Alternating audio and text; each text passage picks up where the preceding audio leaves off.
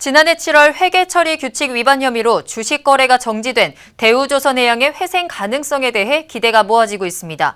한국거래소는 이번 주 기업심사위원회를 열고 대우조선의 주식 거래 재개 여부를 확정할 계획인데요. 어제 국회 정무위원회 국정감사에서 이동걸 사는회장은 거래 재개 가능성에 대한 긍정적인 답변을 내놨습니다. 관련해서 유지은 대표와 자세히 알아보겠습니다. 안녕하십니까? 안녕하세요. 네, 대우조선해양이 지금 1년이 넘도록 거래가 정지된 상황입니다. 그 이유는 뭡니까? 네, 대우조선해양은 지난해 7월 회계처리 규칙 위반, 즉 대규모 분식회계로 인해서 검찰에 기소되면서 주식 거래가 정지가 됐습니다. 네. 그리고 같은 해 9월 29일에 경영 정상화를 위한 개선 기간 1년을 부여받았는데요.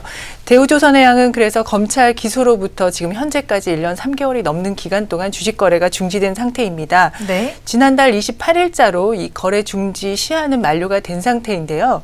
이 경영 정상화 개선 기회가 부여된 상장업체에 대해서는 개선 기간 종료 후에 영업일 기준 15일 내에 다시 한번 기업심사위원회를 열어서 상장 적격성을 따지게 됩니다. 네. 이 규정상 위원회 개최 시한이 27일이니까 늦어도 27일에는 거래 재개 여부가 결정될 예정입니다. 네, 26일이나 27일 둘 네. 중에 거래 재개 여부가 결정된다라는 보도가 많이 나오고 있는데요. 네. 기업 계속성, 경영 투명성, 안전성 등을 판단해서 앞으로 그 여부를 결정하게 됩니다. 네. 그렇다면 가장 궁금한 건 이제 대우조선해양이 거래가 재개가 되느냐인데 거래 재개 가능성은 어느 정도로 보이나요? 네, 증권가에서는 일단 대우조선의 거래 재개가 가능하다는 쪽에 무게가 굉장히 실리고 있는 편인데요. 네. 우선 대우조선의 작년 9월 말 자본 총계는 마이너스 1조 1천억 원이었지만 대규모 증자와 감자를 통해서 현재는 플러스 3조 8천억 원. 으로 자본 구조가 정상화됐고 네. 부채 비율도 크게 떨어진 상태입니다. 그리고 대우조선해양의 반기 감사 보고서에 대해서도 이 적정 의견을 받은 상태이기 때문에 이런 상황을 종합적으로 볼 때 거래 재개 가능성은 상당히 높은 편으로 판단이 되고 있습니다. 네, 어제 국회 정무위 국정감사에서도 이 내용에 대한 얘기가 나왔는데 긍정적인 내용이 나왔다고요? 네, 말씀하신 대로 어제 정무위원회에서 이제 국정감사가 있었는데요. 이동걸 KDB 산업은행 회장은 국정감사에서 이 대우조선의 부실 주요 원인이었던 해양 플랜트 문제는 이미 상당 부분 해소가 되었고 네. 또 다운사이징을 통해서 경쟁력을 확보하기 위해 노력하고 있다면서 이 구조 조정 중인 대우조선해양에 대해서 회생 가능성이 높다라고 평가를 하고 있습니다. 네. 또한 이와 함께 대우조선의 회생의 관건은 결국 수주를 얼마나 많이 하느냐, 그 수익성을 높이느냐에 따라 달려있다라고 전망을 했는데요. 네.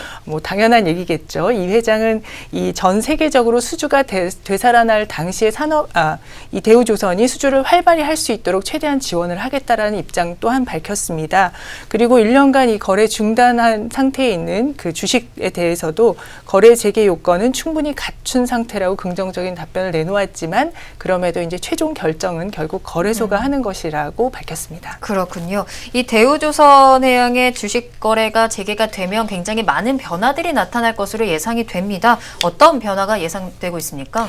일단 그 대우조선의 주식 거래 재개가 가까워지면서 향후 주가 전망에 대한 얘기가 많이 나오고 있는데요. 네. 현재 대우조선의 주가는 44,800원, 이 시가총액은 4조 7천억 원 정도입니다.